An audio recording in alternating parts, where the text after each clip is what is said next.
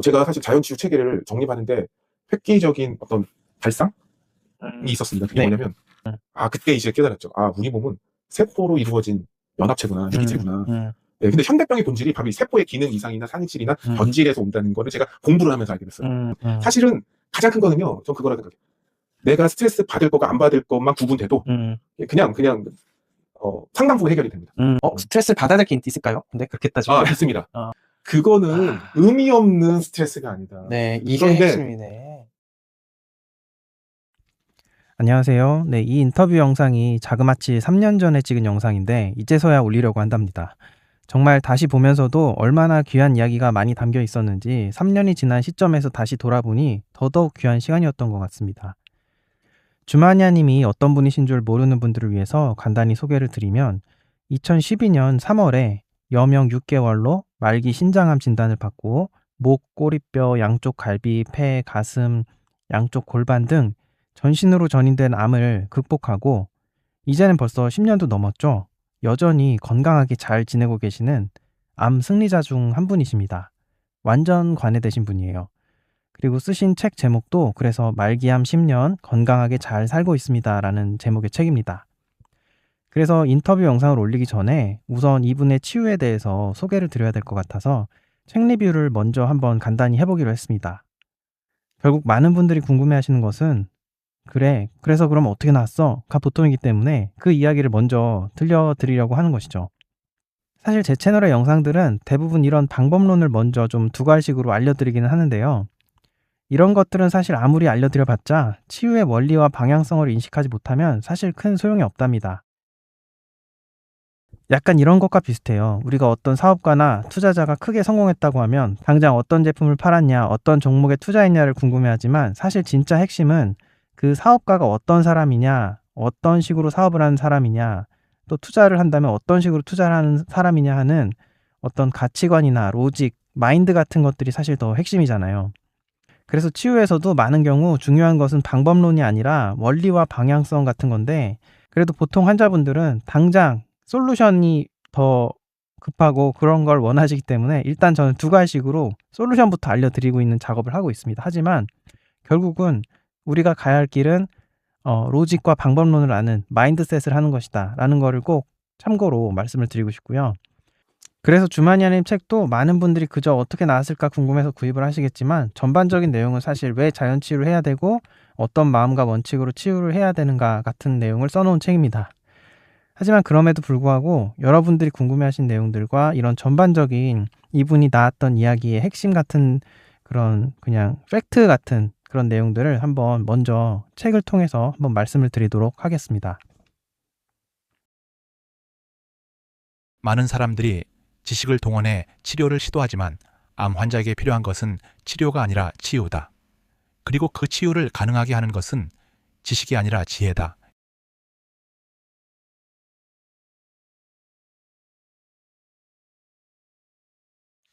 아산병원에서 최소 10군데 이상 전이된 말기 신장암 진단을 받은 저자는 일반적인 환자들이 그러듯이 암 환자 카페와 각종 정보들을 보고 또 병의원도 수소문해봤지만 자신의 상황이 희망적이지 않다는 것을 알게 됩니다. 신장암 뼈전이 환자의 중앙생존 기간은 당시 연구상으로도 7개월 정도였고 폐를 포함한 다발성전이었으니까 예후가 더 안 좋았던 상황입니다. 최근에는 면역항암제 등으로 신장암에 대한 예후가 개선되었다고 하지만 여전히 뼈전이가 있는 환자의 생존율은 낮고요. 주마니아님과 같이 완전 관해 상태로 14년째 건강히 잘 지내고 있는 사람은 전 세계적으로도 거의 없는 일입니다. 어쨌든 암 진단을 받았으니까 처음에는 병원 치료를 받았겠죠. 병원 치료의 경우는 처음에는 원바람이 있던 우측 신장을 수술을 했어요. 이것도 사실은 본인은 하고 싶어 하지 않았는데 그거를 안 하면 하지가 마비되거나 문제가 생길 수 있다는 공포가 있었기 때문에 어쩔 수 없이 신장 수술을 했습니다. 그리고 나서 항암제 처방을 받았는데 수텐, 수니티딥이라는 표적치료제를 처방을 받았습니다.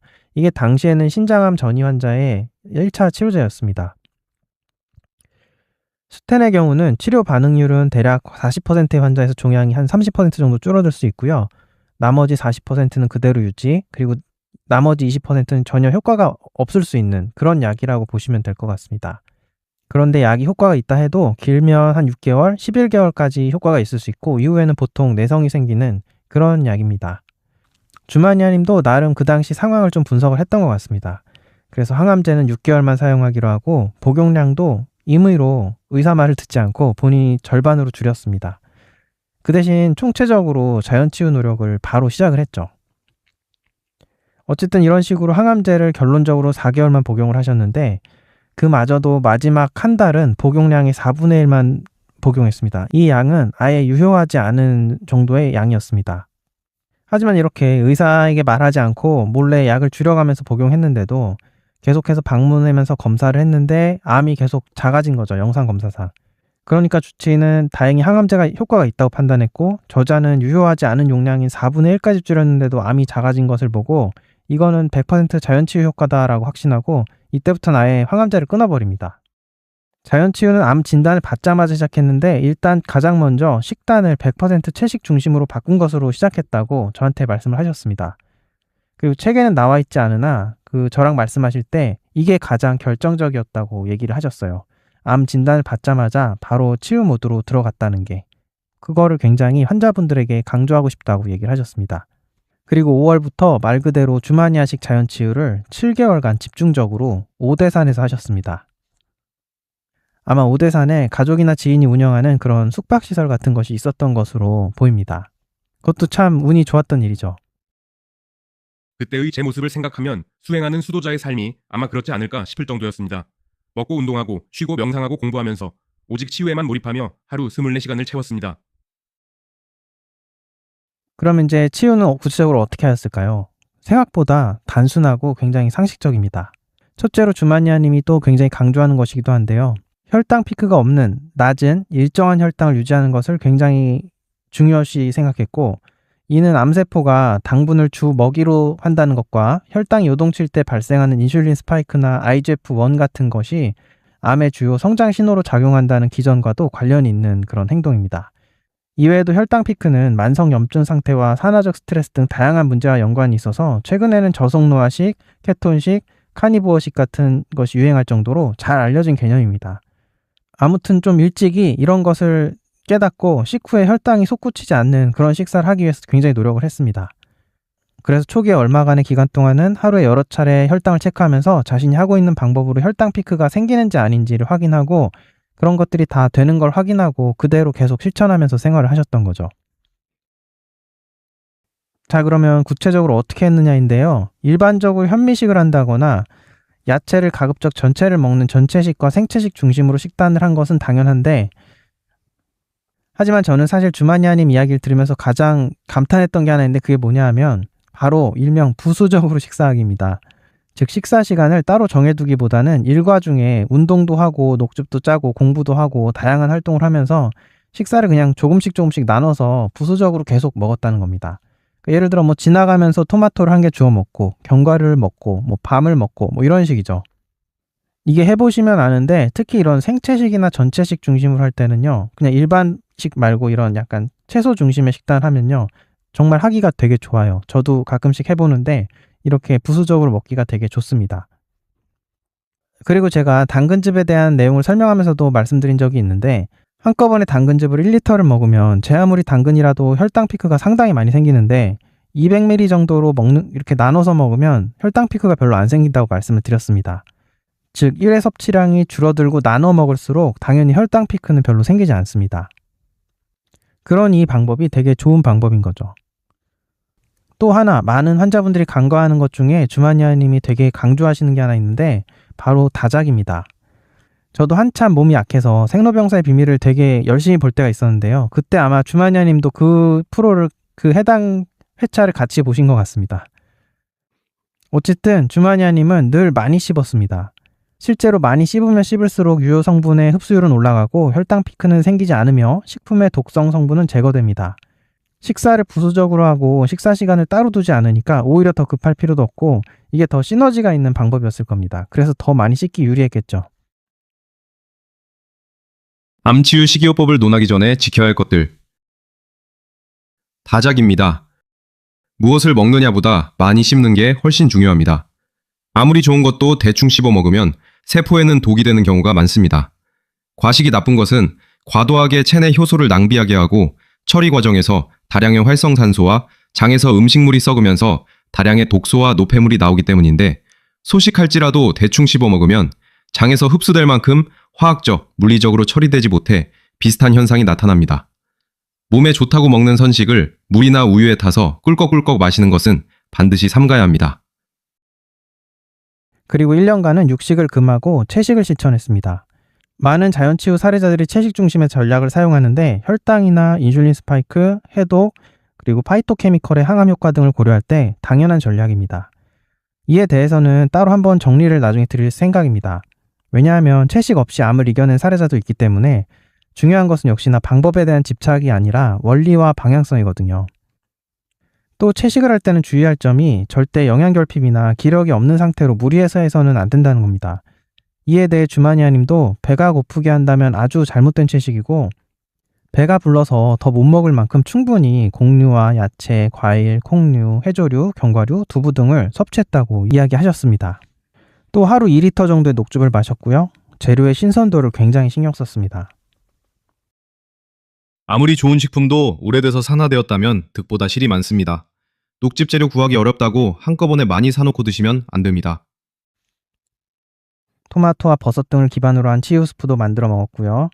특이한 점은 주마니아님의 경우 1년간 무염식을 했습니다. 신장암의 특수성도 있고 무염식이 가진 장점도 있습니다. 생채식 중심의 식단이었으니 당연히 가능하죠. 저 역시 채소 과일식 중심으로 식사를 해보면 소금에 대한 필요성을 사실 별로 못 느낍니다. 과일 먹으면서 소금 찾지 않게 되는 것처럼 소금을 별로 안 찾게 돼요. 특히 샐러리 같은 채소를 먹는다면 나트륨이 굉장히 많기 때문에 나트륨 결핍 같은 건 사실 생기지 않습니다. 아무튼 주마니아식 치유를 이야기할 때 늘 소금 이야기가 논쟁적인 부분인데요. 이 부분은 참고를 해주세요. 저는 뼈저리 환자에게는 올바른 전략이었다고 생각합니다. 그리고 물을 많이 마셨고요. 암이 없어지는 상상요법, 힐링코드와 같은 심상요법을 실천했고 운동하면서도 감사합니다, 사랑합니다를 되뇌며 음악을 들었다고 했습니다. 그리고 무엇보다 중요한 운동에 대한 강조. 책에서는 다음과 같이 이야기합니다. 운동은 항암제입니다. 저는 운동이 암 치유에서 핵심적인 역할을 한다는 것을 알기에 복용 정량의 서너 배나 드는 마약 진통제로도 복대 차고 쌍지팡이 짚고 발을 질질 끌면서도 운동을 빼먹지 않았습니다. 암 환우가 하는 운동 목적은 일반인이 하는 그것과는 같지 않습니다. 암 환우 운동의 주 목적은 몸의 대사 활성화에 있습니다. 대사 활성화를 위해서는 고강도의 운동은 피합니다. 중강도 이하의 범위 내에서 최대한 오래 하는 것입니다. 제 경우엔 전업 치병 때 뼈 통증이 사라진 이후에는 4시간 이상 했습니다. 그리고 세포 차원에서 저산소를 개선하는 핵심, 모세혈관을 풍부하게 되살리는 스트레칭도 반드시 해야 하는 운동입니다. 암 환우분들은 절대 환자 대접받으려 해서는 안 됩니다. 암 환자라는 이유로 손가락 하나 까딱 안 하고 떠받들리는 생활을 하게 되면 암 치유는 점점 멀어집니다. 특히 식사 후 걷는 것이 매우 중요합니다. 암 환자는 걸으면 살고 누우면 죽는다는 생각으로 열심히 걸어야 합니다. 맨발 걷기의 사례자들을 보면 공통적으로 이야기하는 것이 시간인데 하루 중 굉장히 긴 시간 맨발 걷기를 실천하신 분들이 호전 사례를 많이 이야기합니다. 논쟁적인 이야기이지만 사례자들이 이런 것은 일단 관찰이 됩니다. 그리고 주마니아님도 하루 4시간 가까이 맨발 걷기를 비롯한 운동을 하신 것이 좀 특징적입니다. 햇볕을 많이 쬐는 것도 잊지 않았습니다. 빛이 단순히 비타민 D가 아니라 별도의 치유적인 기전이 있는데요. 이 부분은 제가 한번 또 따로 정리를 해드릴 겁니다. 아무튼 일광욕을 중요시했다. 이 부분도 또 주요한 포인트입니다. 결국 정리하면요. 어떻게 보면 약간 원시인 모방 생활을 실천한 겁니다. 그냥 자연의 열매와 식물을 지나가면서 원시인이 따먹듯이 이렇게 따먹는 느낌으로 생활을 하신 거고, 그리고 끊임없이 몸을 움직였고 계속 씹었고 햇볕을 받았고 맨발로 생활을 한 겁니다. 어떠신가요? 이렇게 알고 나니 뭔가 해결이 된 것 같으신가요? 주마니아님도 그런 말씀을 많이 하시지만 제가 느끼는 바도 대부분의 사람들의 반응은 이런 이야기를 듣고 나면 결국 와 대단하다 잘하네 뭐 이런 느낌입니다. 약간 관람객이 되어버리죠. 그렇게 되는 이유는 왜 이런 실천을 했는지 하나하나 내막에 대해 스스로 설득되지 못했기 때문입니다. 마치 어떤 이가 특정 주식으로 크게 수익을 냈는데 와 대단하다 하지만 왜 그 시점에 그 주식을 샀는지 이해하지 못하는 거랑 좀 비슷합니다. 그러니 핵심은 사실 이런 방법론이 아니라 그 원리에 있는 것입니다. 그래서 저 역시 이런 방법론에 대한 이야기는 환자들에게 별로 도움이 안 된다는 것을 많이 느낍니다. 하지만 우선 이렇게 궁금해하시는 것들을 두 가지식으로 먼저 이야기해드리고 시작해보는 것은 그럼에도 암 환자분들에게는 여유를 부릴 시간이 없기 때문에 약간의 패스트 트랙이 필요하고 몇몇 분들에게는 당장 실천할 수 있는 무엇과 대안이 필요하니까 이런 이야기를 먼저 드리는 것입니다. 아무튼 그렇게 오대산에서 생활을 한 지 한 2달 정도가 지나갈 무렵 암 진단을 받은 지 3개월 반 정도가 지나가는 한 6월 중순 정도부터 서서히 극심하던 뼈전이로 인한 통증들이 줄어들기 시작했다고 합니다. 그런데 그토록 진저리치게 아팠던 통증의 강도가 어느 날부터 크게 줄어든 것입니다. 순간 생각했습니다. 아, 나는 안 죽겠구나. 이제 살게 되겠구나. 오대산에 들어간 지 한 달 반쯤 지나서 통증이 줄어들기 시작하고 석 달째가 되자 아침에 눈을 뜰 때마다 가벼워진 몸의 상태를 느낄 수 있었습니다. 죽는 순간까지 멈추지 않을 듯 싶던 통증이 사라진 것을 계기로 자연 치유에 대한 확신과 자신감은 더 확고해졌습니다.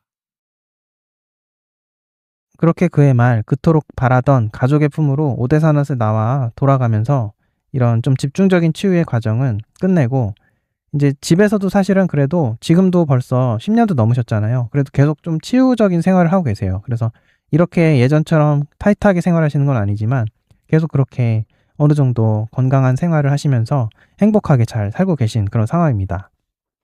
암은 당연히 완전 관해된 상태고요. 재밌는 것은 현대의학에서 특정 치료로 신장암 다발성 전이 환자가 완전 관해되어 13년째 이렇게 잘 살고 있다면 아마 벌써 신문에 대서특필이 되고 전 세계적으로 난리가 났을 수도 있는 상황입니다. 아마 이게 뭔가 치료제가 있었다면 해당 치료제는 아마 대박이 났을 거고요. 그 약이나 치료법을 개발한 회사는 주가가 엄청 치솟았을 겁니다. 하지만 현재 주마니아님 같은 사례들은 그저 어쩌다 벌어진 우연이나 기적 정도로 취급을 받을 뿐입니다. 게다가 심지어 주마니아님이 담당의에게 계속 항암을 하고 있다고 이야기했으니까 해당 담당의는 항암제가 이렇게 효과를 냈을 거라고 생각하고 있을 거라서 더더욱 아마 환자들에게 열심히 항암제를 설득해서 처방하기 위해 노력하고 있겠죠. 의료라는 것이 그래서 참 이런 면이 있습니다. 저도 처음 주마니아라는 사람에게 관심을 가지게 된 것은 이분이 다발성 뼈전이가 있던 사람인데 완전 관해되었다는 이런 이례적인 소식을 접하면서부터인데요. 주마니아님이 말씀하시는 것을 들어보니까 항상 제가 환자들에게 하는 이야기랑 너무 똑같아서 그냥 단숨에 팬이 되어버렸습니다. 그래서 실제로 주마니아님하고 저랑은요 거의 하는 말이 똑같은데 유일하게 다른 것 하나가 죽음에 대한 태도가 약간 다르거든요. 이 내용은 제가 기회가 되면 한번 모셔서 또 재밌는 시간을 한번 가지면 좋겠다고 사실 생각을 하고 있는 부분입니다. 아무튼 이렇게 2년이 되어서 귀한 발걸음으로 한의원에서 인터뷰까지 진행을 했는데 제가 진료하느라고 묵혀두고 있다가 이제 3년이 되는 지금 시점에서 이제 공개를 하려고 한번 정리를 하고 있는 상태입니다. 그래도 이렇게 책을 통해서라도 주마니아님이란 분에 대해서 어느 정도 소개를 해드리고 영상을 올려야 될 것 같아서 저희 이렇게 좀 간단히 소개를 드렸고요. 끝으로 제가 책을 보면서 추천사를 읽으면서 정말 감탄한 건 이 책이 처음인데 주마니아님이 쓰신 책을 정말 단 한 줄로 설명한 추천사를 조한경님이 써주셨는데 그 내용과 이에 대한 주마니아님의 어떻게 보면 책에 나오는 저자의 대답이라고 할 수 있는 그 문장 하나를 공유하면서 오늘 영상은 일단 여기서 마치겠습니다.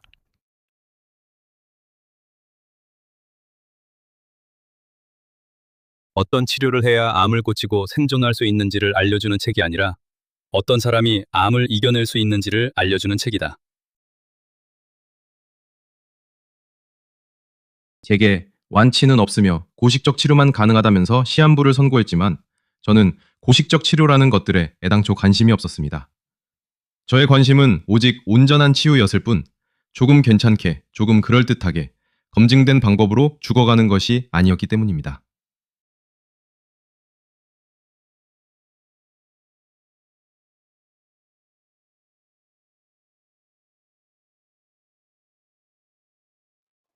요거 사인하는 거 시키면 되나 어떻게 해야 되나? 요거 예. 사인을 네. 아, 잘 쓰겠습니다. 예.